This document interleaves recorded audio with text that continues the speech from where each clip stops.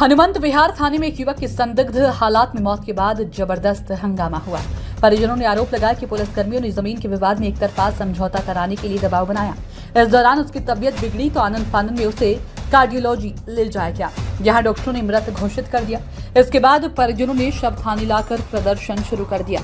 उच्च अधिकारियों की जांच के आश्वासन के बाद मामला शांत हुआ।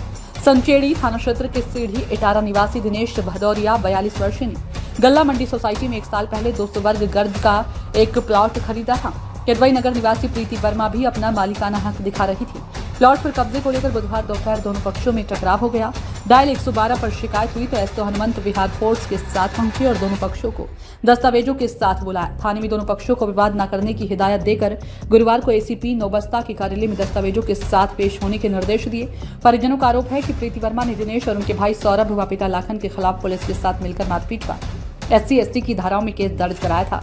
मामले में हनुमंत विहार थाने ने एक पक्षीय कार्रवाई की। बुधवार को पुलिस द्वारा दोनों पक्षों को फिर थाने बुलाया गया था। जमीन पर बैठकर जलील भी किया। यहाँ दिनेश को जमीन पर बैठाकर जलील किया गया, वहीं दूसरे पक्ष की प्रीति को कुर्सी पर बैठाया था। इस बीच उसे कुछ खिला दिया गया जिससे उसकी तबीयत बिगड़ गई और बाद में मौत हो गई है। कार्डियोलॉजी से शव लेकर थाने पहुंचे परिजनों व सैकड़ों लोगों ने पुलिस और प्रीति को मौत की वजह बताते हुए कार्रवाई की मांग की। क्या नाम है आपका? मेरा नाम शिबू सिंह बदौलिया है। क्या मामला हुआ? तो मेरा जमीन यहाँ गल्ला मंडी में एक प्लाट है, उसको लेकर प्रीति वर्मा जबरदस्ती कब्जा कर रही है और कब्जा करके जो हम लोगों को जेल भिजवा दिया, SC/ST लगवा के जबरदस्ती। ये 3 महीने हम लोग जेल में रहे। उसके बाद आने के बाद फिर आज मेरे पिताजी को चौकी इंचार्ज ने बुलाया, उससे मिलके उससे मार डाला चौकी के अंदर, ये गल्ला मंडी चौकी में। किसने मारा?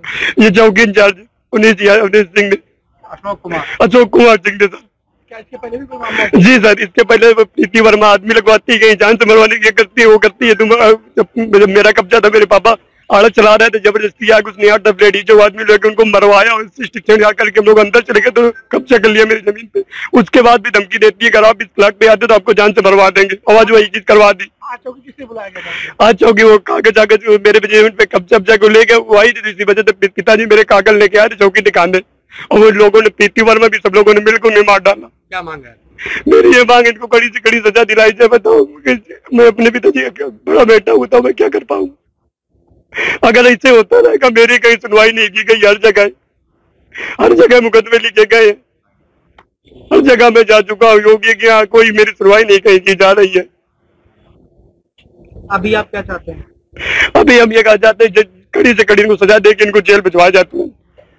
मेरे पिताजी को मान बताओ सर क्या होगा? दोनों पक्षों में इसी प्लॉट को लेकर विवाद काफी पुराना है। जेसीपी ने बताया कि 15 दिन पहले दोनों के बीच इसी को लेकर टकराव हुआ, जिसके बाद प्रीति वर्मा की ओर से मृतक पक्ष के खिलाफ SC/ST की धाराओं में केस दर्ज हुआ।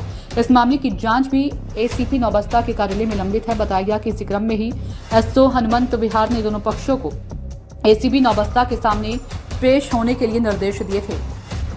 प्रीति पर दर्ज है 2 दर्जन केस। मामले में जिस प्रीति वर्मा का नाम सामने आया है उस पर दक्षिण के कई थानों में 2 दर्जन केस दर्ज है। इसमें बलवा, मारपीट, जालसाजी, रंगदारी जैसी गंभीर धाराओं के मामले शामिल है। पुलिस सूत्रों का कहना है कि लोगों के प्लॉट पर कब्जा कर छोड़ने के नाम पर धन उगाही से लेकर जबरन कब्जे के कई मामलों में उसका नाम सामने आया, लेकिन पुलिस के संरक्षण की वजह से वह फलती फूलती रही। देखिए कानपुर से आदि न्यूज 24x7 के लिए ब्यूरो रिपोर्ट। जी देखिए, थाना हनुमंत विहार क्षेत्र में एक प्रकरण सामने आया है जिसमें कि एक 50 वर्षीय व्यक्ति जिनका कि नाम दिनेश सिंह भदौरिया है, उनकी मृत्यु हो गई है। उस प्रकरण को संज्ञान में लेकर पुलिस आवश्यक वैधानिक कार्रवाई कर रही है। जो अभी तक प्रारंभिक जांच में पता चला है, आज दोपहर में पुलिस को ये सूचना मिली थी कि थाना हनुमंत विहार क्षेत्र में 2 पक्षों का एक प्लॉट पर कब्जे को लेकर विवाद हो रहा है। जिस सूचना को मिलते ही संबंधित थानाध्यक्ष और चौकी इंचार्ज मौके पर पहुंचे और दोनों पक्षों को बताया गया कि अपने कागज लेकर थाने पर आए। दोनों पक्ष अपने अपने गाड़ियों से थाने पर आए, जहां पर उनसे बात की गई और उन्हें अगले दिन मतलब कि दिनांक 17 अगस्त 2023 को एसीपी नौबस्ता के समक्ष अपने अपने कागज लेकर प्रस्तुत होने के लिए हिदायत दी गई और उन दोनों को थाने से रुखसत किया गया। और उसमें बाहर जाने के बाद उनमें से एक व्यक्ति जिसका कि नाम दिनेश सिंह भदौरिया है, उसकी तबीयत खराब हुई, जिसको कि धनवंतरी अस्पताल लेकर जाया गया और उसके बाद उसे हेलट भी लेके जाया गया, जहां पर उसे मृत घोषित कर दिया गया। इस प्रकरण में अभी तक सीसीटीवी फुटेजेस थाने के देखे गए हैं। पूरे थाने में 6 सीसीटीवी लगे हुए हैं, जिसमें कि वॉइस रिकॉर्डिंग भी है। पूरे घटना का सीसीटीवी फुटेज देखा गया है, जिसमें कि मृतक व्यक्ति के साथ किसी भी पुलिसकर्मी ने या किसी अन्य व्यक्ति ने थाना परिसर में ना ही कोई अभद्रता की है और ना ही कोई मारपीट की गई है। इस पूरे प्रकरण में आवश्यक वैधानिक कार्रवाई पुलिस कर रही है। पैनल के द्वारा मृतक का पोस्टमार्टम किया जाएगा और वीडियोग्राफी भी की जाएगी। एफएसएल की कार्रवाई भी इसमें आगे की जाएगी और इस पूरे घटना का आरंभ से अंत तक संपूर्ण वैधानिक कार्रवाई पुलिस कर रही है और बहुत ही गहनता से जांच जारी है।